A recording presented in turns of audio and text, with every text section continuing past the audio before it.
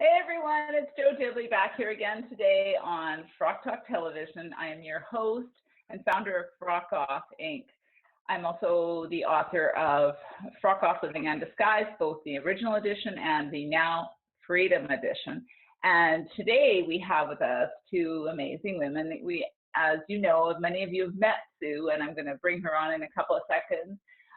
She is the host in terms of producing Frock Talk Television. So grateful for her, Sue Ferreira, but I will bring her on in a second. And then also we have one of the contributing authors to Frock Off Living Undisguised, the Freedom Edition, and so excited to be here today with her as well. So before we get going, I just want to give you just a little quick update. For those of you just joining us for the first time, what you need to know about what to expect from Frock Talk. The unexpected. There'll probably be things said that, that may surprise you, but here's the bottom line. We're about talking about things that will inspire and create some kind of action or movement in your soul to say, something's got to give, something's got to change. We hope by bringing these amazing women to you that you will be inspired to live your best life. And we talk about things that are real. At times there's emotion. It could be good, it could be sad. It's all actually good because emotion is life, and that's how we roll on Frock Talk Television. So before we get going, without further ado, I want to bring on my partner, Sue Ferreira, who, before I unleash her, she never speaks about herself. She plays a very silent role. So here's a woman that spent 40 years in the medical industry. She was I can never say that word right. She'll say it for you. But she spent 40 years helping save lives, and now she's branching out with her talents and expanding into new areas. So just love her. That's the first time in my life I've been called silent. Usually I'm the noisy one. So, hey, I must have done some kind of transformation. As Joe said, I was an anesthesiologist for 43 years, and I just couldn't imagine retiring and knitting samplers. It's kind of not me, right? So in my medical career, I've just seen people get older and older and older and live better and better and better quality lives. I think we're going to live a very, very, very long time, a lot of us. And I know a lot of us don't have the money to make it for another 50 years after the age of 60. So what I do is I look at all of the wisdom and skills that you have, and I take that wisdom and skills you have and turn it into income so you can just have a blast until you're 110 or 120. Yeah, you are amazing. This is as I like to refer to, Sue is the big brain behind Frock Talk Television. I get all the fun stuff as in chatting and connecting, and Sue makes it all happen, and she makes it look seamless, which is rock star quality. So if you're looking for some help in the technical area and want to take your message globally, you want to talk to Sue. So without further ado, I want to bring on our fabulous guest, Denise Ouellette. Now, Denise and I have known each other, I believe, since 2009. And I met Denise at a live event that I was hosting for a different organization. We now do live events for Frockalicious or Frock Off. And we do those live events to help transform lives and create sustainable change. And the first thing I thought about this woman is, first of all, she's shorter than me, which I thought was awesome because I'm not very tall. I'm 5 feet for the record. I think she's shorter than me. We're just going to go with that. But more importantly, she's a spitfire. She's heart-centered. She's generous. She's kind. She's a kick-ass coach. She calls it the way she sees it. I know she won't say some of this stuff, so I want to say it about her. It's easy to brag about the people in my life because I love them, adore them, and I've seen their transformation and what they do for other people. She creates sustainable transformations in people's lives. She is kind of a take no prisoners kind of girl. And I love that about her because when I say that, I'm not talking about beating you down with a stick, but she won't accept ridiculous excuses because she knows and wants the best for you. So I've kind of just positioned her to share a little bit more about herself. So Denise, I'm going to ask you, first I want to thank you for taking the time to be here and share your genius with us, and then ask you, how did you get into this? Like tell us what you do kind of in a nutshell, and then how you got into what you do today and what it's meant to you. Hey, Joe. Hey. I am taller than you are, just so you know. I'm surprised. So I can kick your butt. So thank you for having me. How did I get into all of this? It's a long story.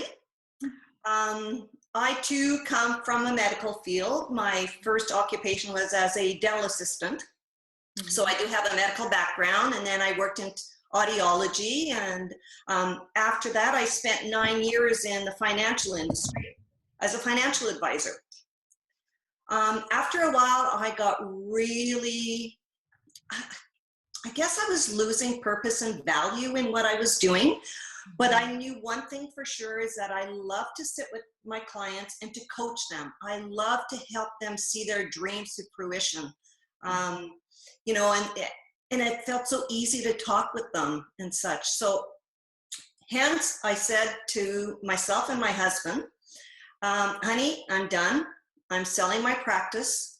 Mm-hmm. He looked at me like I had two heads and he said, are you sure? Yeah, I'm absolutely sure. I know what I want to do. I want to get into the healing field, and I want to coach people. I can see value in people, and I really wanted to give that to everyone.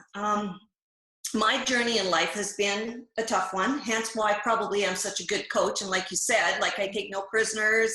There's no BS. I tell it like it is, because I know for myself, I did that whole drama thing and the whole frocks and everything else. And guess what? It did not serve me. It just made my life even more miserable.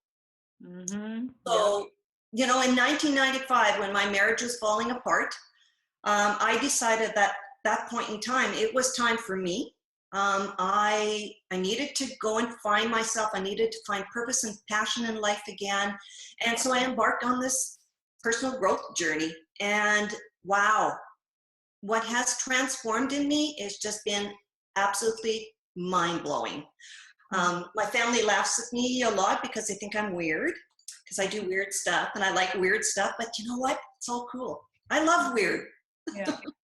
But I think that's what separates you. Well, I don't think, I know that's what separates you. And that's what part of your attraction is, for me, was just your spiciness to be open to stand, vulnerable and saying, okay, what do I need to learn?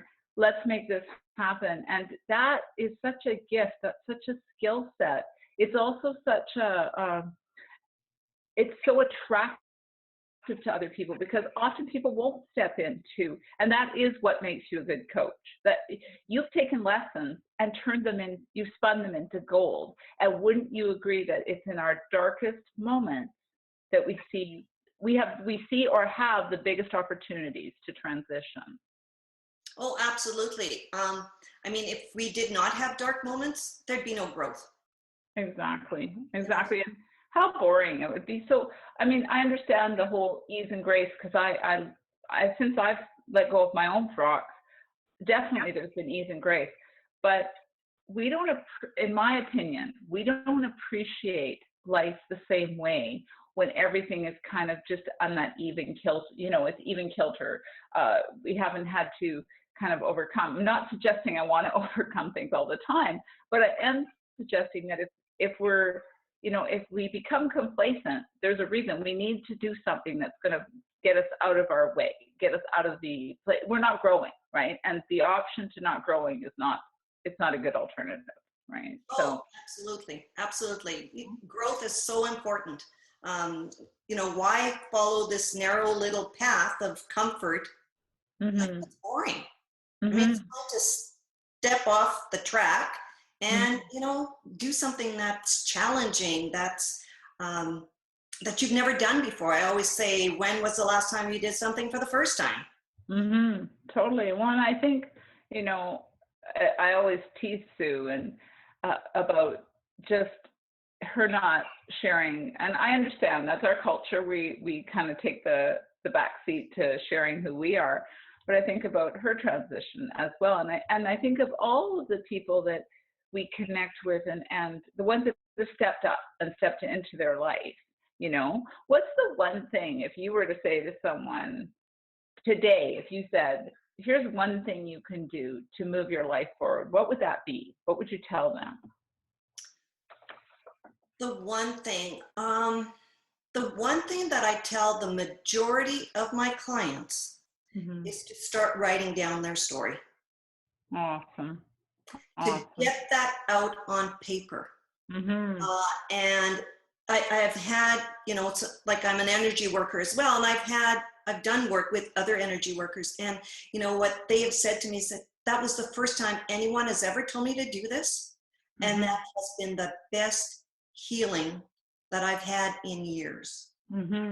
I totally agree. That's amazing advice. And for all of you watching, take the time. You know, it is therapeutic. I know when I wrote my book and told my own story, prior to even the Freedom Edition, the nuggets of learning and the growth and the forgiveness that comes when you forgiving yourself, for Pete's sake. Like, you know, sometimes we get caught in that.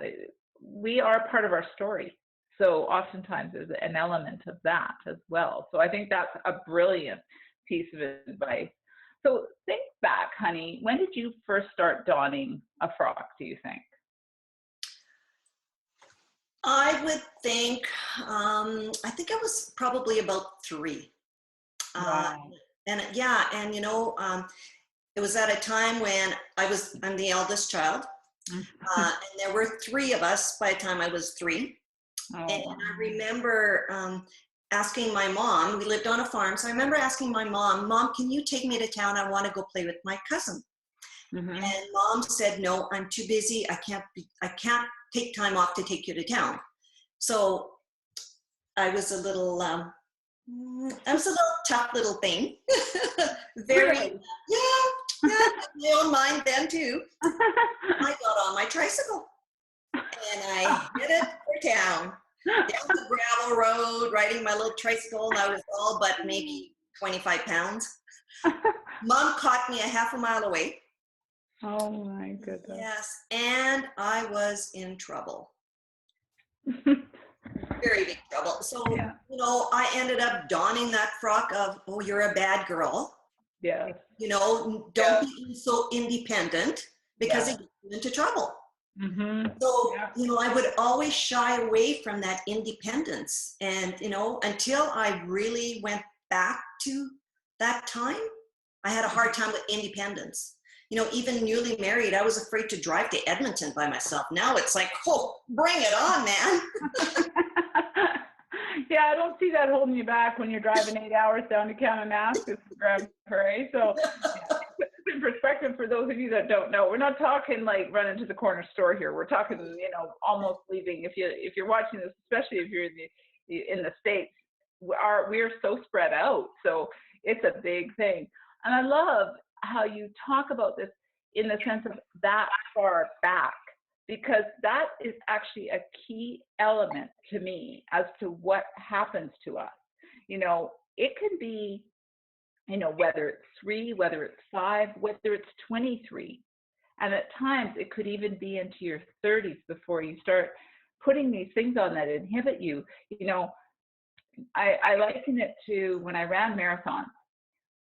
Isn't it funny when you're little, you know how to run? You don't need to be told how to run. You're told all the time to stop running, stop doing this, stop running. And yet when you're an adult, you want to run a marathon, you go take a running class, which is it's the most ridiculous thing I've ever seen, but it is needed because we're conditioned. So if we think back to you and me knowing you now, I can't even imagine you, because I know you as spicy and feisty and the whole Take No Prisoners. I love it about you because I know that you hold people accountable with your coaching. I've seen your work. I've seen you help people, you know, make tremendous shifts in their life. And that's because you've let go of those frocks. So when you think back to just even that process, what were some of the things you went through when you were letting go of any frock that you've done? Like, what are some of the things you've had to face? I think the majority of the letting go and the things I had to face was the change in me.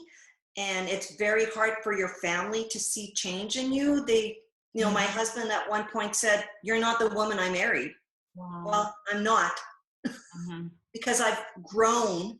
I've let go of all this stuff that doesn't serve me. So I think it's like the people surrounding you that love you the most are so afraid of you changing, because then you might just leave them, Yeah, that's a really good point, because our families are typically the first people to experience the shift, and our close friends, and they don't really know what to do with you, because if you've always, like, if I think back to what you just said, what you just referenced about driving 5 hours and that fear that you couldn't do at that time.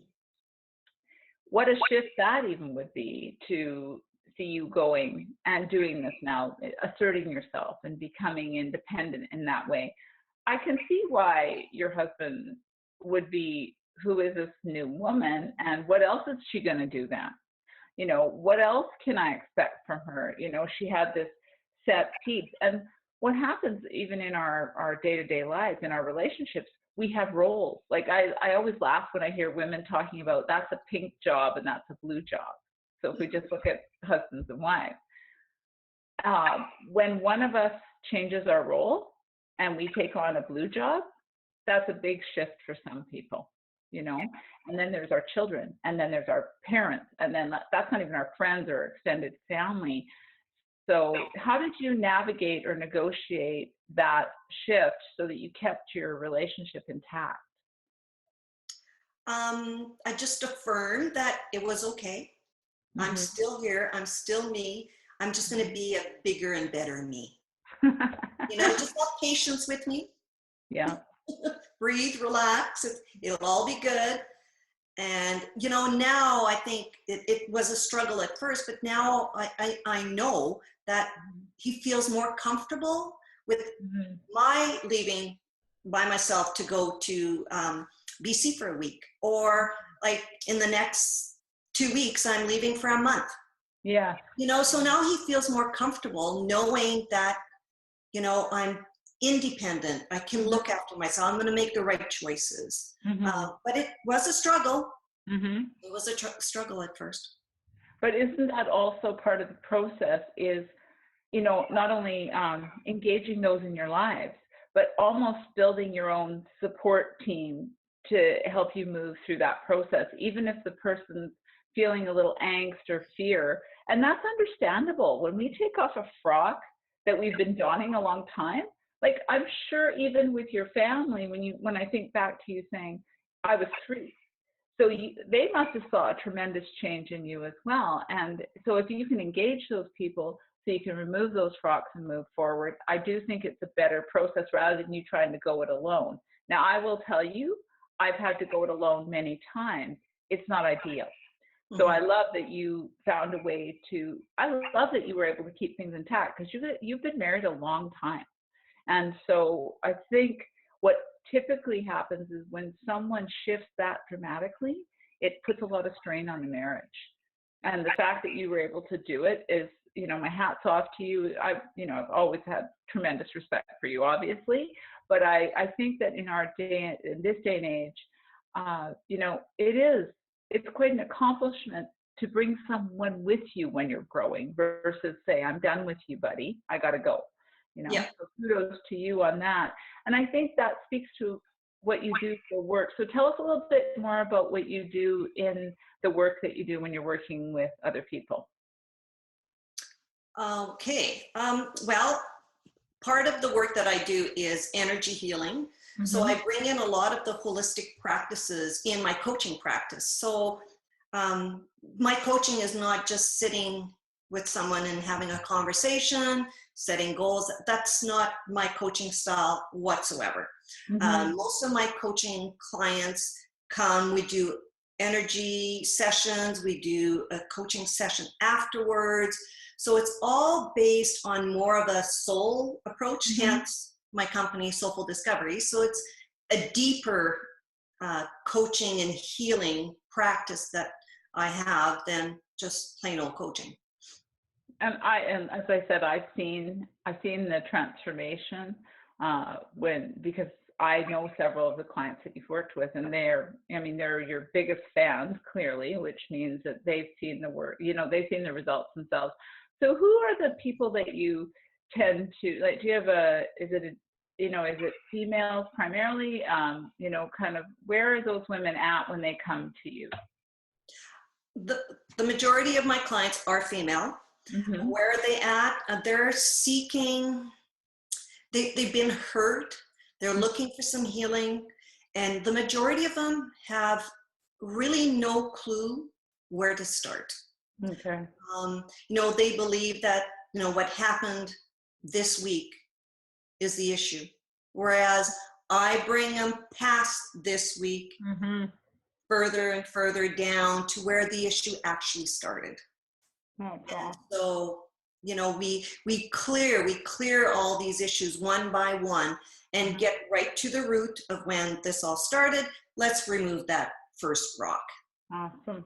And so how long do they typically? Well, it's not like it happened overnight, right? Think back to your story, 3. So what's the average kind of timeline people work with you? Average would probably be a good 6 months. Wow. And then what's the transformation they can expect when they're doing that work with you? I know what I've seen, but how would you categorize it? A weight being lifted off their shoulders, a lot of deep cellular healing.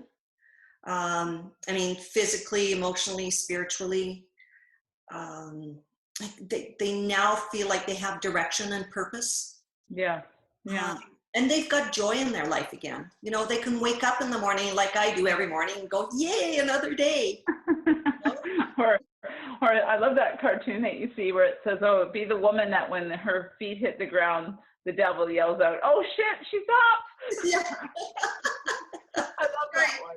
And you know what? Actually, that's very fitting. That might have been made for you. I'm not sure. But it's true, honey, because I've seen the shift. I've seen people move from, the biggest pile of mess to seeing the joy on their face. And I consider you to be kind of an anti-aging drug, because when we're stressed or when we're carrying around all this angst and this guilt and this resentment, that's where I used to be. So I've had people ask me if I know a former self of me, and I always think it's funny. I'm like, yes, I know her intimately. I am her, but apparently I've gotten younger since I've let go of my own frocks, and I think that is the key. People won't believe that you're a grandma, and I say that because it's the way you live in such joy, and you have a sense of ease and freedom about you that I know attracts others. And from me, it was like I said, you're spicy, and I love your sense of humor and your kind heart.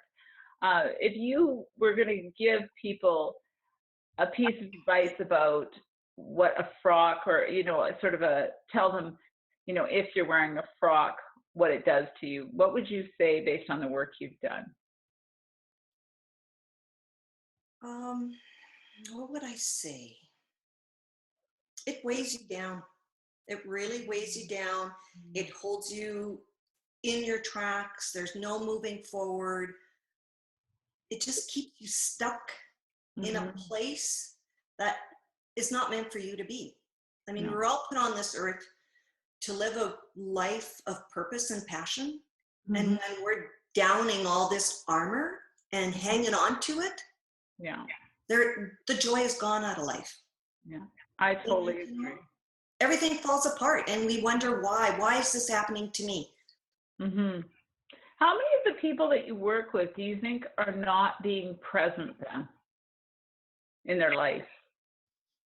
I would say probably 80%. Yeah. I think when we're stuck in a story, you know, I like to say stand on it, like on your story versus in your story, because it we are who we are because of what's happened in our life. You know, we're a culmination of events and situations. It doesn't mean it defines us, but we are who we are because of that. And I would think, I'm presuming because I'm not in your shoes, but I would think that based on what you see, I would think that people are stuck at times based on their story, and they're so stuck they can't maybe move forward. Like you said, they don't know where to begin, but what's the implications of that? So if they're working with you, it changes everything. So would you agree that they are maybe missing out on the best parts of their life then? Oh, I would so agree. I would so agree. I'll give you an example. A few years back, I was working with a young girl who was stuck in a story of not, she felt like she had been a bad girl and hadn't lived up to her father's expectations, and the father had passed away. And a lot of this stuff was holding her back. She was trying to get pregnant. It wasn't happening. We worked together for about 3 months. I helped her heal through that story. She was now standing on her story, and 2 months later, she was pregnant. Wow. Yeah. Like, you know, that's an example how things will affect you on a cellular level. I totally agree with that. It's so powerful what you do and the difference that you're making. And I mean, I have always adored you, like I said, but I love seeing the results of when you work with others too, because I know that you're helping them tap into their true purpose. We're not here to do time. You know, when we talk about frocks and we talk about all this stuff, we're here to make a difference. You know, I've heard stories or I've heard sayings that say we were born to leave this place better than when we arrived. And if we're stuck in our frocks, we can't do that. We can't live that life. So I want to thank you for sharing your journey with us and for being a contributor to the Freedom Edition, for being part of 12 for 12, being in my circle, but mostly, my dear, for being my friend and for believing in me when I didn't actually even believe in myself. And I was too afraid that people would run for the hills when they heard my true story. And you know what's been amazing? I don't have any frocks anymore. And wow, it's not only freeing. What I see, none of it happened. What has happened is amazing relationships. So Denise, thank you again for being here and sharing your journey with us. And thank you for being in my life. Sue, thank you for being the amazing producer that you are. And we're going to sign off in a second, but I want to remind you all that you're not defined by what's happened in the past. So ladies, I'll give you a quick second to say a parting word and then we'll say goodbye for the day. So Denise, what would you like to end with? Blessings, everyone, and live life to the fullest. Awesome. Sue? Well, I'd just like to say, Denise, I really enjoyed your interview, and two things, because I coach as well, and two things that hit home for me right at the beginning. You said you see things that people that they don't know, and I'm the same. And I think it's a huge tragedy when you can see potential, you can see how they can live a much richer life, and it's like it isn't even anywhere near their awareness. That's a wonderful thing to bring to someone so that they're aware of it. And I think the other thing that you said that goes along with that is writing down your story. It's the first thing I ask folks to do, and that is what brings an awareness of who they are. So if you can do those two things and light people up with their gifts and their possibilities and get them to write down the story, I think that's a wonderful thing, and that's obviously what you do. So there you are. That's my 2 cents. I think it's amazing. Those are amazing, like great tips. So if you're a viewer, if you're a viewer, if you're watching, you know, take these moments of inspiration and do something that moves you to the next level. And again, thanks to my 2 fabulous cohorts on this Frock Talk Television, episode, and we will see you again soon. For now, I want to remind you to have a frockalicious day, and remember, stand on the story, not in it. Take care. We'll see you again soon. Bye-bye.